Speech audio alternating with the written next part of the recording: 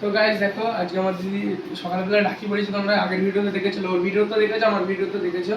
দেখো আমাকে কি গিফট করেছে এখন, এই দেখো। পছন্দ তো তোর? খুব পছন্দ হয়েছে আমার। তো আমি কিন্তু আজকে রাখি পরাবো সেটা আমি ঠিক ছিল না যে আজকে রাখি পরাবো, কারণ কালকেও রাখির ডেট আছে তোমরা জানো।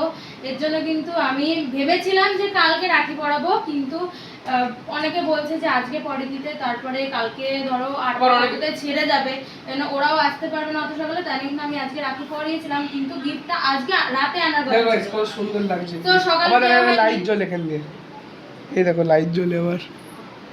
আর ঘড়িটা কেমন আছে কমেন্টস করে জানাবে। আর দেখো আর আজকে অনেকে অনেক কথা বলছে, আজকে আবার দিন ভালো নাই ভালো না, কিন্তু না কালকে অনেকটা তাড়াতাড়ি ছেড়ে যাবে, অত সকালে তো আসতে পারবে না আমাদের, মানে ওই দিদি আছে, তারপরে বোন আছে, ওরাও পড়াবে, সেক্ষেত্রে আমাদের হয়তো আসতে পারবে না, ও তখন তাড়াহুড়ো করে।